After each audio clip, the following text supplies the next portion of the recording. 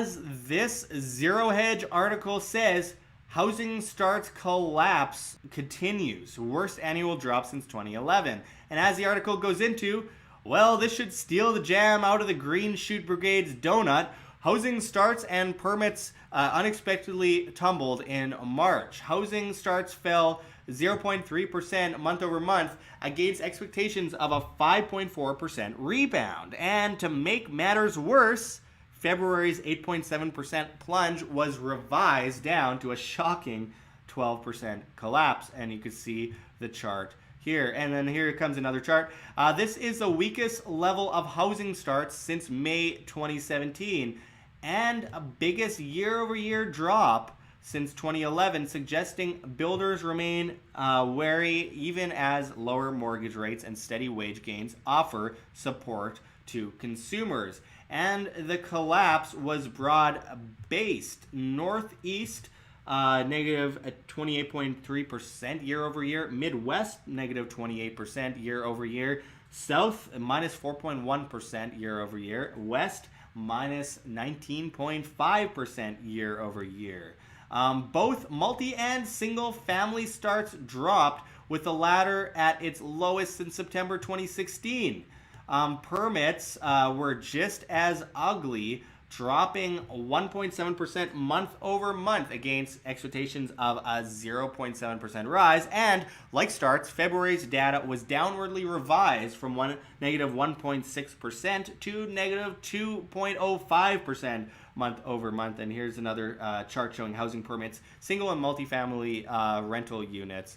Oh man. The drop signals developers continue to struggle to build affordable properties amid rising labor and material costs, but lower rates and green shoots. Anyway, I want to also go into this article, if I can refresh it. Here we go. It's another Zero Hedge article, which also talks about this issue in depth. The Greenwich housing market is imploding as prices tumble as much as 25%. Houses in the exclusive Connecticut suburb of Greenwich, long known as an enclave for hedge fund managers, are now selling for significantly less lately, with one recent colonial house forced to the auction block. The property, located on the iconic Round Hill Road, is being sold in what would normally be unthinkable fashion for Greenwich. It's being auctioned. Its price tag used to be $3.795 million, but now the 4-bedroom property will be sold for its reserve price of just $1.8 million, according to the Wall Street Journal. Its seller, Isaac Hakim, was faced with a grim buyer strike reality and said it was time to move on. We are ready to sell and I don't want it to drag on, he told the Wall Street Journal. Where is Hakim rushing to? Why, Florida, of course, and we've gone into this a lot before, and he's getting out because he knows it's only going to get worse. I mean, it goes without saying, but anyway, we'll go into that in a bit later. While these types of luxury home auctions frequently happen in other parts of the country, it's rarely seen in a market like Greenwich, which used to be a beacon for top players on Wall Street and still remains one of the richest towns in the United States. But Greenwich now faces new challenges. As New Yorkers opt to live in the city, and even some, like Hakim, relocating to Florida in search of a favorable tax environment, the bonuses that were used to prop up the real estate market from bankers are also starting to run dry, while SALT limitations make owning a luxury house increasingly prohibitive.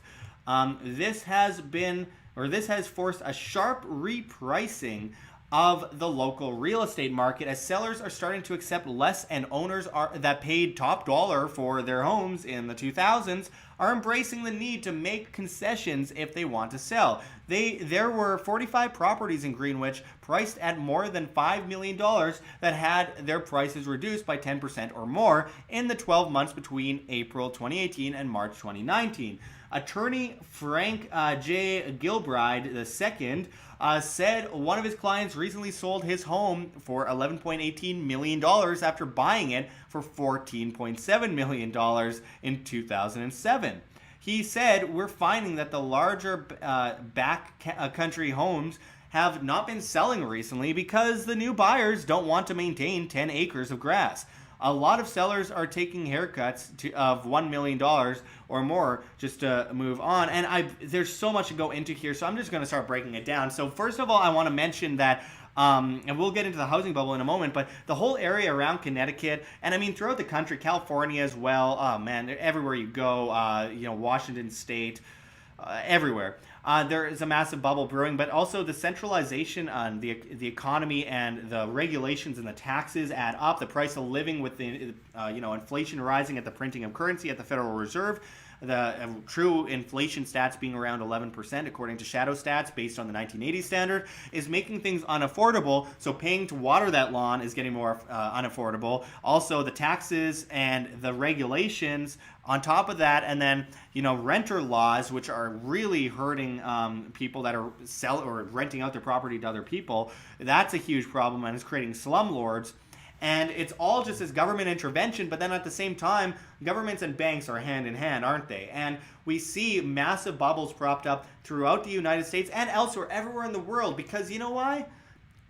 There's this religion of centralization, of propping things up, of making things artificial and inflating massive bubbles everywhere. You see the everything bubble worldwide, the everything bubble including the multi-quadrillion dollar derivatives bubble worldwide, and the pension bubble, which is looking at a shortfall of $400 trillion by the year 2050, which is 4 times the world's GDP, more than that. So I mean, these are problems in every market right now, but the housing markets throughout the United States are faltering because we have the return of collateralized debt obligations, basically packaging together, let's say 98 bad mortgages with 2 good mortgages and then rating them AAA. Totally insane. More examples of complete centralization and debt and control. Then obviously mortgage-backed securities and credit default swaps, and then we have the subprime lending happening again, where thousands are lining up to, get crazy loans. It's just, when are people going to learn? We've seen this before. We've seen this multiple times before. It's been pushed off in a lot of cases from 2007, 2008, and, prolonged, which means it'll come down even harder and more dangerously on the heads of everyone that are, it's going to result in this massive collapse. And we're going to see so many people lose their homes, more than 2007. We are going to see banks repossessing things left and right. And then what do you see at the same time? You see a second chance, third chance, fourth chance loans. The insanity of, this notion of just getting a loan on top of a loan, and a loan to help you pay off another loan that you got, and just vast debt. And you know what that means? Debt servitude, guys. We've gone into this before. When you have banks and governments forcing you into debt, you have to realize cui bono, who benefits? Well, the government benefits. A populace in debt is a populace in servitude. If they shove you down a bottomless pit of debt, you are forced to ask for a ladder up from the government and the banking system, pushing you into perfect servitude right where they want you. And as we approach a recession, and as we approach as we've seen with the bond inversion, but as we see at the same time with a housing bubble and a pension bubble and a student loan bubble and this baby boomer bubble, the derivatives bubble, the banks are all bankrupt. How long do you think this can possibly be put off for? So we need to be seriously protecting our purchasing power here and being responsible, because responsibility is a hallmark of freedom itself, and without it we have nothing. We need to prepare ourselves and not wait for someone else to do it for us, because that creates a Hegelian dialectic of problem, reaction, solution, repeat for eternity. And when I'm thinking about this, I think of, like it mentioned, people going to Florida. The whole area around New York, Boston, the Detroit area, New Jersey, as we see here with Connecticut to a great extent, they're moving to Florida, places with 0% state income tax, as we see Californians moving to Nevada, and we see them moving to Arizona. And I'll tell you, being in Nevada, I don't have anything really against it. People can go wherever they want and escape complete centralization if they want, but people are not liking it too much in Nevada, seeing all the California license plates, but that's all right. I'm driving around a Canadian license plate here. But my point is, when you have higher taxes, when you have higher regulations, you have less employment, you have more poverty, and you see the most taxed places are also the most poor places, and these people who love centralization, these leftists, and in many cases on the right as well, just want to control everything and centralize everything and prop everything up the way they want to see fit. It's like gentrification of the markets, and in the end, it always results in these kinds of collisions of a vast scale of monetary destruction, of debt everywhere you look. And I think it's pretty signatory. You see that with the minimum wage hike as well. Businesses are running out of these places. And then at the same time, you do have Trump saying, you know, employment's doing great. Well, no, the labor force participation rate should be counted in, because the United States, as well as many other countries, has this sneaky way of hiding the true employment rate numbers with not counting people as unemployed after a certain amount of time, and then they factor that into the labor force participation rate. But anyway, my point is, we are being centralized from left and right. They are plundering us. They are destroying us. They are pushing us into debt servitude. And it's no doubt that this is going to continuously happen in a circle if we continuously look to government and banks to save us from the things that governments and banks created in the first place. And governments and banks benefit from our servitude and our stupidity and our dependence. So what are we going to do about that? Well, protect your purchasing power.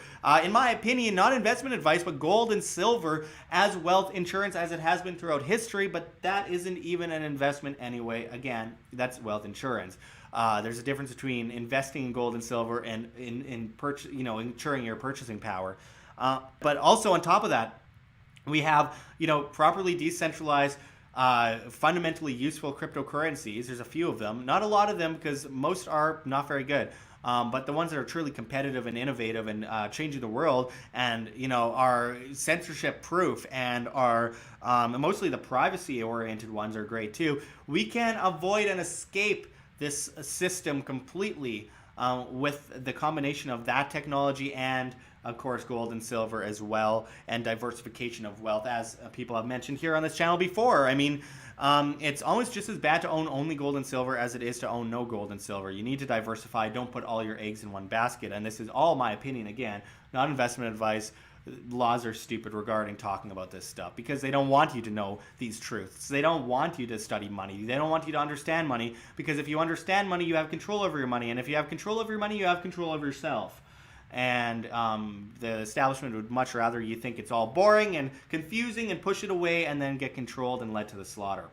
So I think it's really important that we look at how this has been propped up in the first place, the vast bubbles, the real estate bubbles that we're seeing left and right. And we've correctly called the fall of all these markets, including San Diego and Vancouver and Toronto, and this is all inevitable. It has to eventually fall, and to think that this will just go up forever is so ridiculous. And you see people, they just watch HGTV all day, and they think, oh, I can flip a house and do all this stuff, and not know anything about the market itself, and it's so irresponsible, and they get into debt, and then they end up in a lot of trouble. So and the more we understand this stuff, the more control we have over our own lives. And it's only going to get worse as far as this system goes. So we need to break free from that system, ignore the system, disobey the system, and run our own lives, rule ourselves, decentralize, be responsible, as responsibility is the most important part of all of this. Self-responsibility. You can't beat it. It's what kept us alive as human beings for so many millennia. So anyway, we will continue to break down this issue as it continues to elapse. It's happening in Connecticut. It's happening in New York. It's happening in Seattle. It's happening in LA. It's happening in San Diego. It's happening throughout Texas. It's happening in New Orleans. It's happening everywhere you look. And what are we going to do about it? Oh, I can't forget Ohio and Denver and New Jersey. It's proving my point. It's everywhere. It's everywhere, and we need to break free as free human beings. Anyway, I'll talk to all you guys soon. Thanks for watching. This is Josh Sigurdson signing up from World Alternative Media. Find the truth, be the change. Like what you see here, WAM? Don't forget to check the links below. GoFundMe, Patreon. We can't do it without you. Any donation is very much appreciated, especially as we are so heavily demonetized and censored by YouTube, as these guys come in and flag all of our content as hate speech. The shadow banning is getting really bad, guys.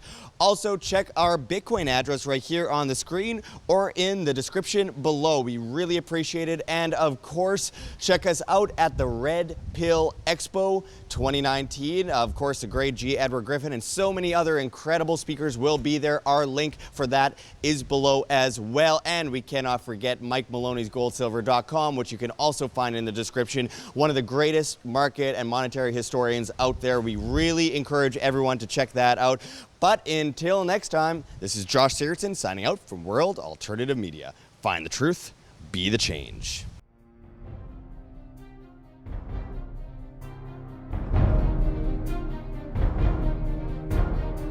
I'm sure you have already changed people's minds in your young age because you're involved, and I like that.